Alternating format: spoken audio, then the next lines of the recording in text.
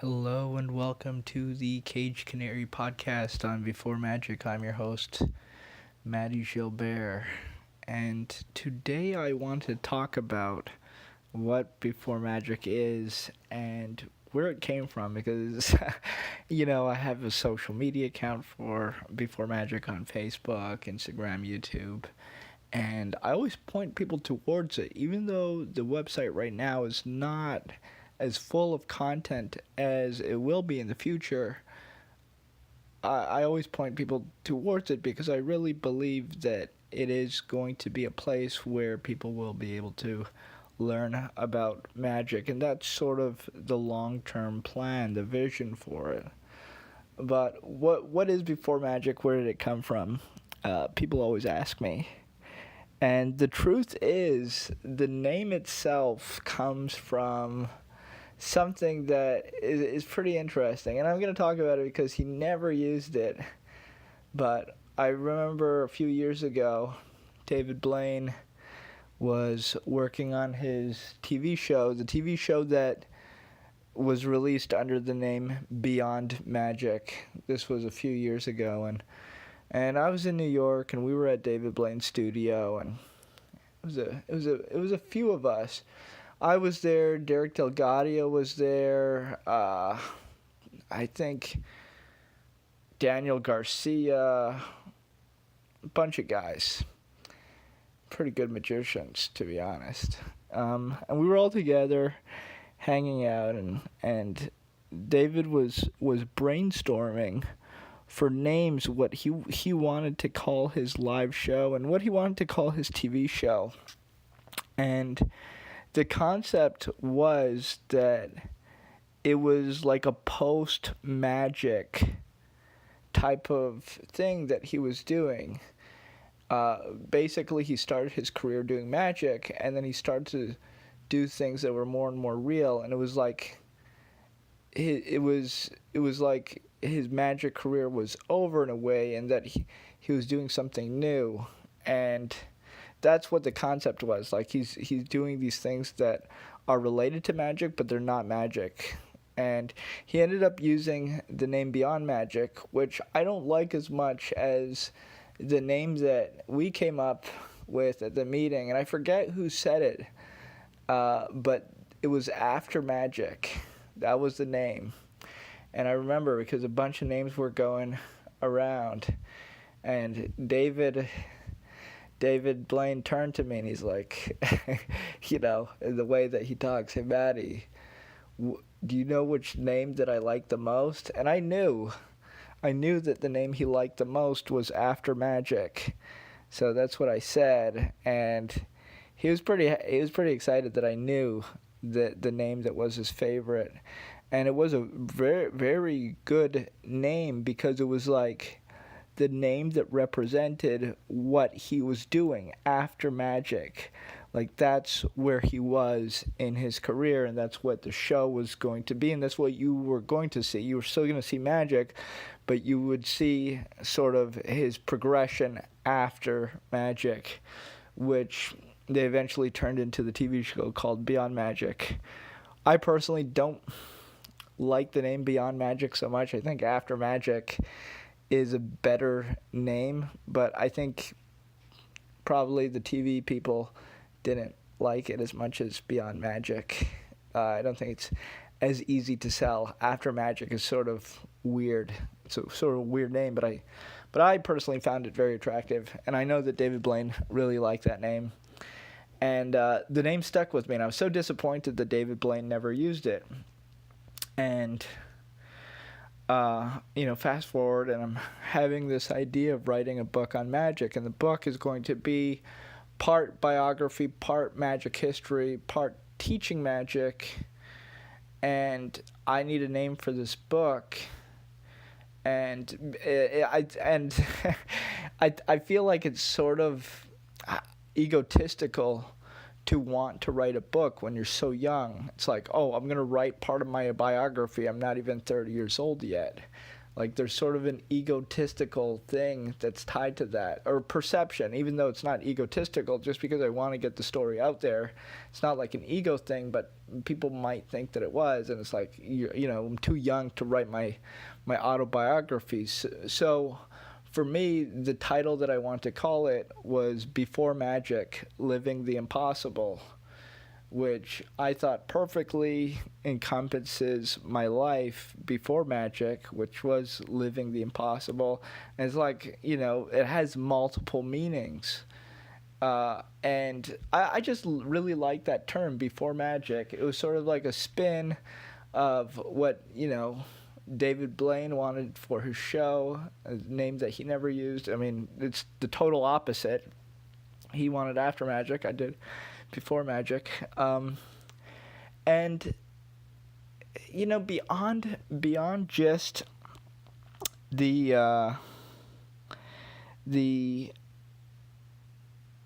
title of the book, so I bought the website, I got the social media, and I wanted a way that I could communicate with magicians.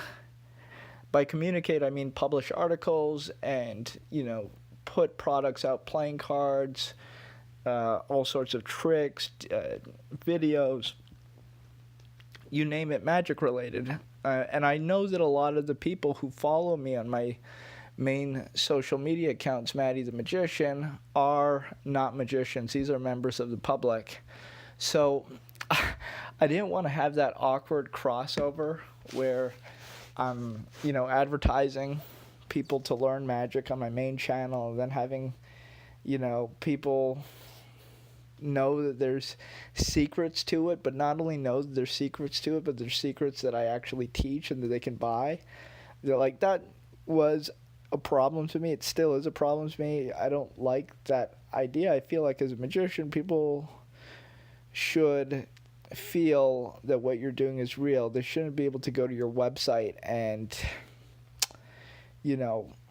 buy your secrets. It's not it's not what a magician does. But I wanted to still have this way to communicate and engage the magic community in that way, in the way of publishing and producing articles and different stuff for the magic community. I actually do enjoy writing, sharing my ideas and thoughts. So I had this website. It was Before Magic, and at first it was like, I don't know if I should use this sort of weird name. And I just, I went for it. I had, I had something that I wanted to sell, and so I started working on the website. And as you guys can see, the website has been slowly growing. I mean, the website's, a few months old, really. But it is growing and growing and growing. And my plan for it is to really grow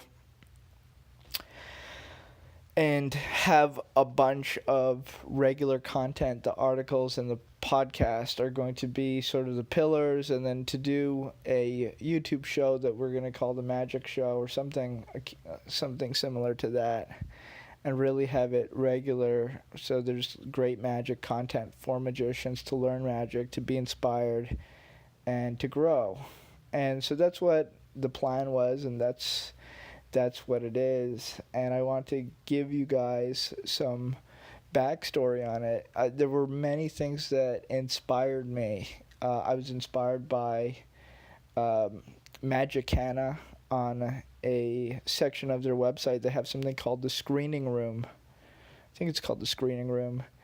And they made deals with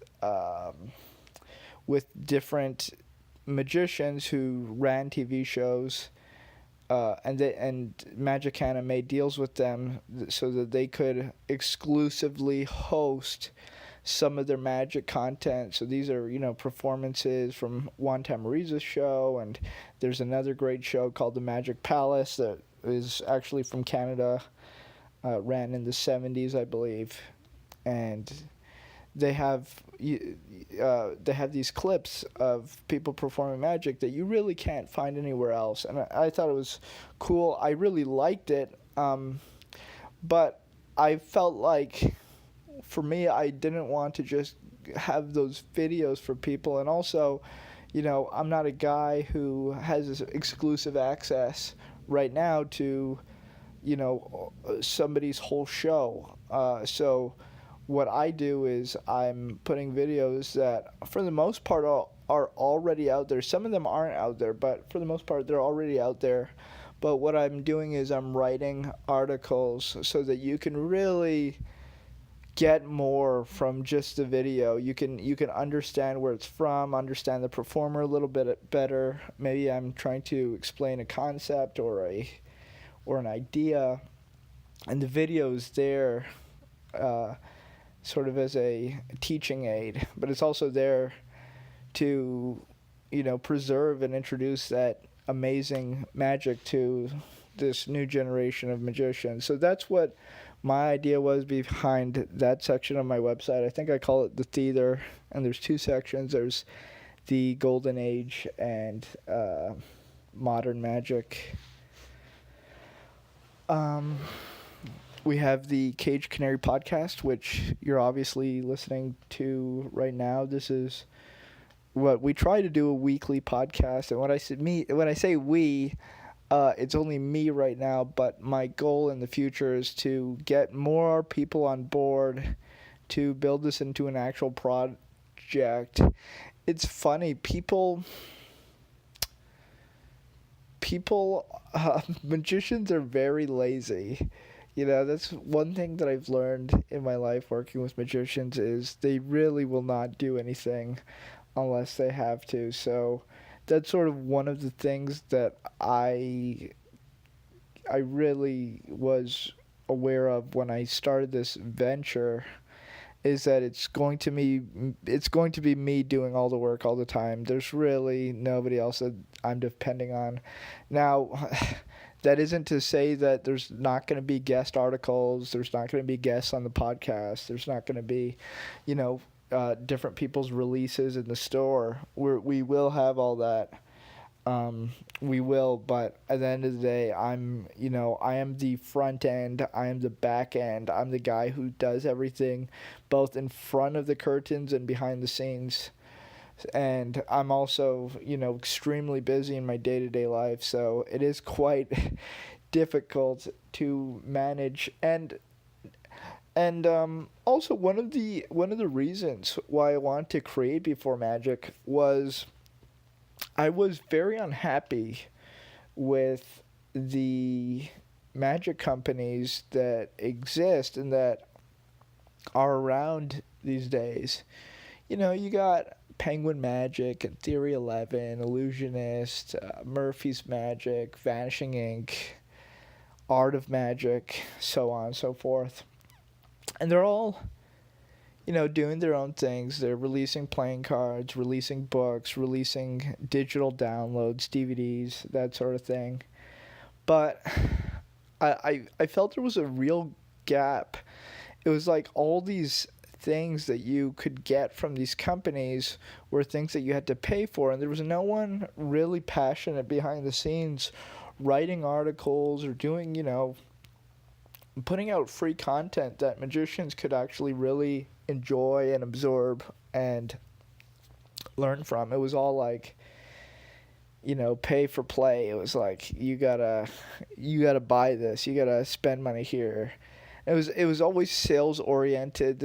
And that's something that I didn't want about my website and what I'm doing. And it's something that I'm going to change in the future. For example, one thing that we're going to talk about is emails. We all do email marketing. And one of the things that I didn't like about these companies is the only time you would ever hear from them is when they had something to sell you.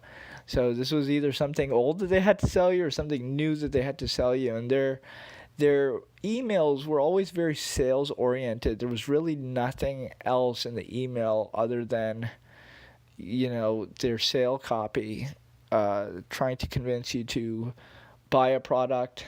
And, unfortunately, in the last few months, I've sort of fell into that same trap just because it's like, I try not to put emails out very often. So when I do put in an email, there usually is something to sell, but not always. Sometimes I just put an email out and that's it.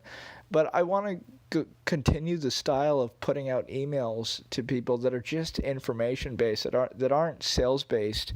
I really don't want it to be like, oh, we're a store, like we're only contacting you to get your money. That's not what the idea is. The idea is that this is my personal platform to share my ideas and thoughts with you. And as we move forward, you're going to be learning more about magic. And and it's funny how it became one of my interests and how it just so naturally ties into this name, Before Magic. I have always been interested in magic history. I'm by no means a historian. I would never call myself a historian. I'm not an academic, but I do read a lot about history, and I'm very fascinated in history.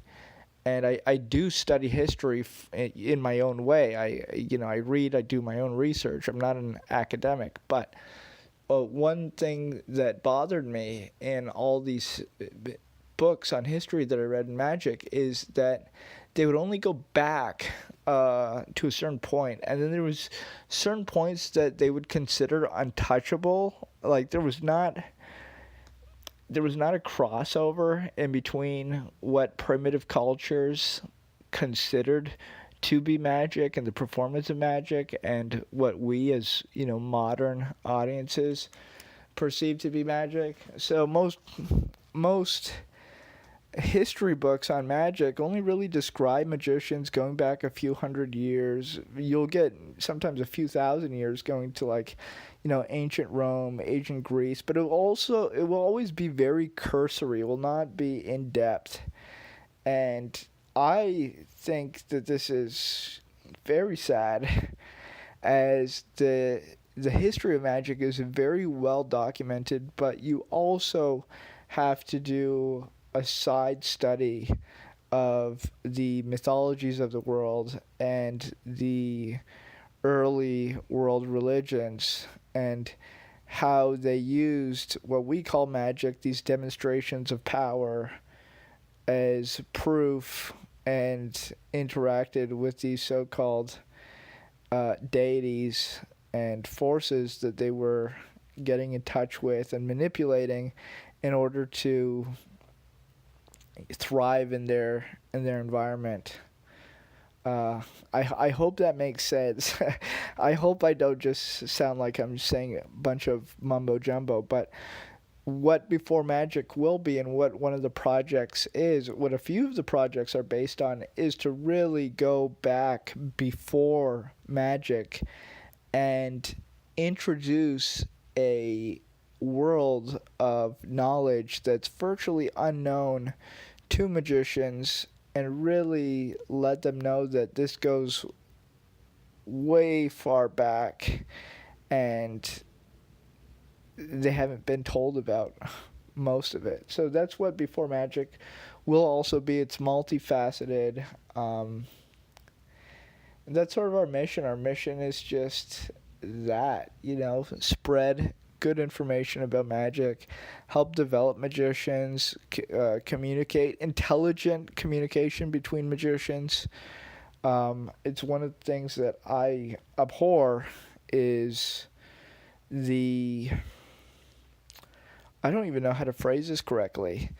It's just the standard of knowledge that magicians have today is so low, and they're not expected to know anything. They're not encouraged to know anything. You'll talk to magicians about certain magicians that came before them or certain books, and they're just totally clueless, and they don't feel bad about it. They're just like, oh yeah, we've sort of advanced in magic, and we don't really need to know. Magic has advanced so far, it's advanced so much in the last so many years, and we don't really need to know about what came before us, and it's really sad. I'll tell you a funny story. I'm not going to say the name, and I have to be careful what I say so I don't give the guy away.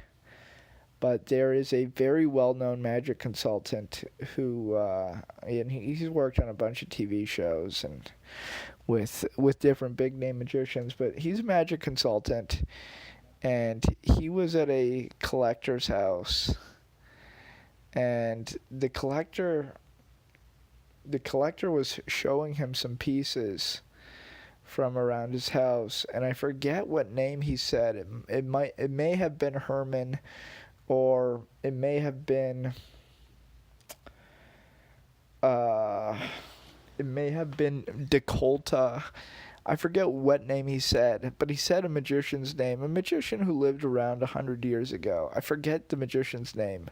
I'll remember it when I get reminded by my friend, because this is not a story that I witnessed. This is something I was told secondhand, but it was very shocking. So anyways, this famous creative magic consultant guy who's, supposed to be this genius of magic, he had no idea who this magician was. This is a very well-known, prominent magician. Anybody who knows just a tiny bit about magic history would at least be familiar with this magician's name. And this magic consultant, this creative genius, had no idea who he was. And I couldn't help but laugh, but at the same time it's really sad. It's like, that's the level of respect that people have for magic history, and there's thousands and thousands of books written on magic. There's so many good sources of magic. There's so many genius guys and girls who came before us, who put out so much of their energy and just years of their life, and just gave everything to create beautiful magic and beautiful secrets that we don't appreciate today, and most of it we're not even aware of. And it's just really sad. It's a really sad state that magic is in. The level of knowledge, the general baseline, like average knowledge that your regular magician has, is just so low. It's actually embarrassing. Like, you could not have most magicians talk intelligently about any subject in magic, because they don't read, and they just really are clueless. They have sort of been conditioned to only know about, I've seen this guy talk about this on YouTube, or I went to this magic convention and I talked to this guy about it. They're not used to doing research. They're not used to having a library. They're not used to knowing what they're talking about. They're not conditioned to really respect the history of magic and to respect the knowledge base that there is. They're just not interested. So that's what Before Magic is. That's sort of what our mission is, just raise the general level of the magician, not only technically, but in terms of their intelligence and their education. So that's what Before Magic is. That's what the goal is. And I'm sorry if I got off on that tangent. And I really do wish that I remember which magician it was. I don't think it was Decolta or Herman. It might have been Herman. I don't know. It was somebody who was, it was a very obvious name. I could list through 20 magicians from that time period and probably not get it right. I just can't remember right now. Anyways, the point is, that's what we're doing here. We're trying to raise the general level up. So if that's what you're into, please join us. Stay tuned. Sign up to our mailing list if you haven't already signed up to it. Just go to beforemagic.com. It's very easy to sign up. If you are actually serious, we do have a book club. We have a Studies in Magic group. And we're starting a History in Magic tier on our Patreon, which are these magic lectures going through the history of magic. So if you are serious about magic and you do want to actually learn about this stuff, there are resources, and I always point to greater sources than me. I'm not a historian. I'm not an encyclopedia, but even if I don't know certain information off the top of my head, and I know a lot of information in different areas of magic, but if I don't know, I can at least point you towards an author or a book or another magician who's alive today who is more knowledgeable about that subject than me. And you really don't have that these days. So that's what we're trying to create, and we're doing it slowly. We're doing it, it's growing very slowly. But I believe in quality, and I believe that there is a deep hunger for a higher level of magic and a higher respect of magic, and that starts with us. Magicians always complain that magic isn't respected, and that is because magicians themselves don't respect magic. So before magic is all about respecting magic and raising magic up and raising the magician up. So that's what we're trying to do. If you are interested in becoming a part of that, stay tuned, because we will have a lot more for you on this platform. And thank you for listening to this podcast. If you do enjoy it, share it. But that is basically where Before Magic came from. I hope you enjoyed this little telling of this tale, because it is a pretty interesting origin to the name Before Magic. And hopefully this this explains what Before Magic is at the same time, because it's not that obvious. Before Magic is a weird name, but I actually do like it. So that's it. That's all. Thank you guys for listening, and I'll catch you in the next one, hopefully next week. Have a good week, guys and girls, and whoever else is listening.